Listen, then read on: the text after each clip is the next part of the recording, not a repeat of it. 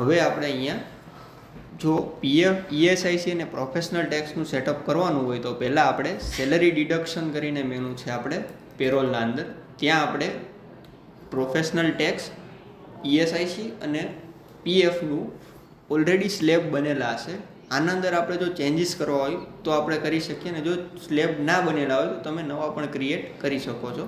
હવે અહીંયા પીએફનું સેટઅપ છે, તો પીએફના અંદર અહીંયા ડિડક્શન ટાઈપ પીએફ સિલેક્ટ કરેલો છે. ડિડક્શન આપણે પીએફનું જે કરીએ છીએ એ શેના ઉપર કરવાનું છે?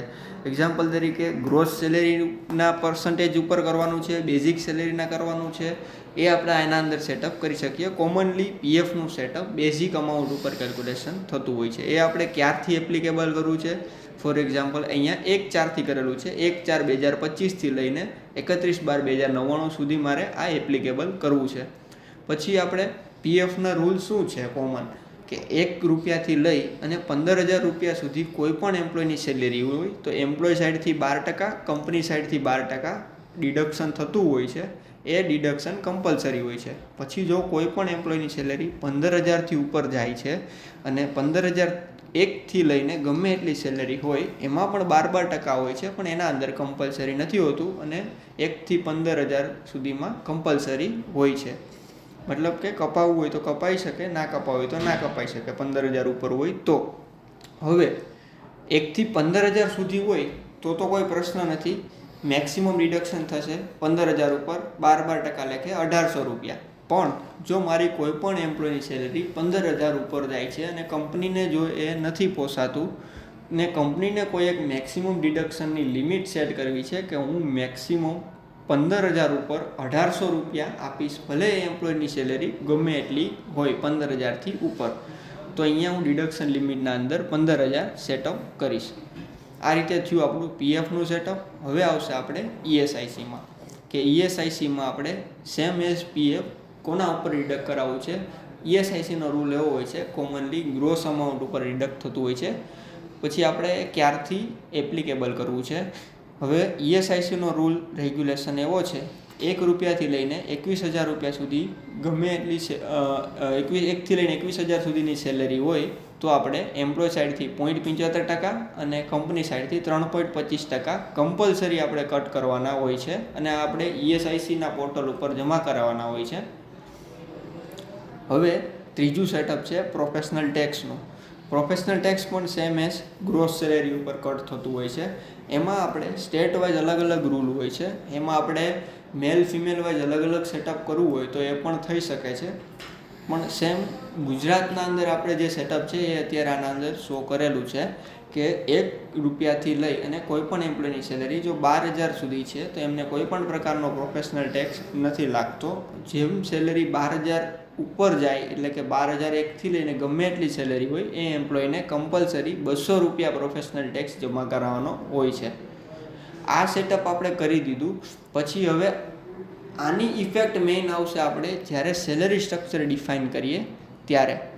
હવે આપણે એ જોઈશું, જ્યારે પણ સેલરી સ્ટ્રક્ચર આપણે કોઈ પણ એમ્પ્લોયનું ન્યૂ ક્રિએટ કરીએ છીએ ત્યારે આપણે અહીંયા એમની સેલરી ક્યારથી ઇફેક્ટિવ કરવી છે એ ડેટ આપણે એન્ટર કરીશું. એ ડેટ જેવી એન્ટર કરીશું પછી આપણે અહીંયા એક જ વસ્તુ ડિફાઇન કરવાની છે કે એમની ગ્રોસ સેલેરી શું છે. એના ઉપરથી આપણે જે સેલરી ડિડક્શનમાં પીએફ, ઈએસઆઈસી અને પ્રોફેશનલ ટેક્સના રૂલ સેટ કર્યા છે એના according automatic software data fetch કરી લેશે. એક્ઝામ્પલ તરીકે આપણે કોઈ પણ એમ્પ્લોયની સેલેરી પહેલાં રૂલ પ્રમાણે જોઈએ તો 1થી 15,000 સુધી આપણે જે પ્રોફેશનલ ટેક્સ સેટ કર્યો હતો એમાં એવું સેટ કરેલું હતું 1થી ને 15,000 જેમની સેલેરી છે એમને 12% કમ્પલસરી પ્રોફેશનલ પીએફ આપણે લાગશે. તો આપણે એના અંદર ચેક કરવા માટે અહીંયા 14,000 કોઈ પણ એમ્પ્લોયની સેલેરી એન્ટર કરીશું. 14,000 જેવા એન્ટર કરેલા છે એવી ડિડક્શનની લિમિટ થઈ ગઈ છે 14,000, કેમ કે 15,000થી ઓછા છે એટલા માટે. જો કોઈ 15,000થી ઉપર સેલેરી છે તો એમની ડિડક્શન 15,000 ઉપર જ થશે. હવે 14,000 સેલેરી છે એમને કમ્પલસરી પ્રોફેશનલ ટેક્સ, પીએફ અને ઈએસઆઈસી ત્રણેય લાગુ પડે છે. એટલે અહીંયા ડિડક્શનના અંદર એ ત્રણેય ફિલ્ડો હાઇડ થઈ ગયા છે, એટલે આ કમ્પલસરી છે. પછી છે કે કોઈ પણ એમ્પ્લોયની સેલેરી જેવી 15,000 ઉપર જાય છે, એટલે કે કોઈ પણ એક્ઝામ્પલ તરીકે 16,000 સેલેરી છે, 16,000 સેલેરી સેટઅપ કરેલી છે, મેક્સિમમ ડિડક્શન લિમિટ આપણે સેટ કરેલી હતી 15,000, એટલે ભલે એમની સેલરી 16,000 છે, 16,000ના 12% નહીં થાય, 15,000ના 12% થશે. 16,000 ઉપર સેલરી છે, કમ્પલસરી પીએફ નથી, એટલા માટે અહીંયા પીએફના અંદર ઓપ્શન આપણને ઓપન આપવામાં આવેલું છે.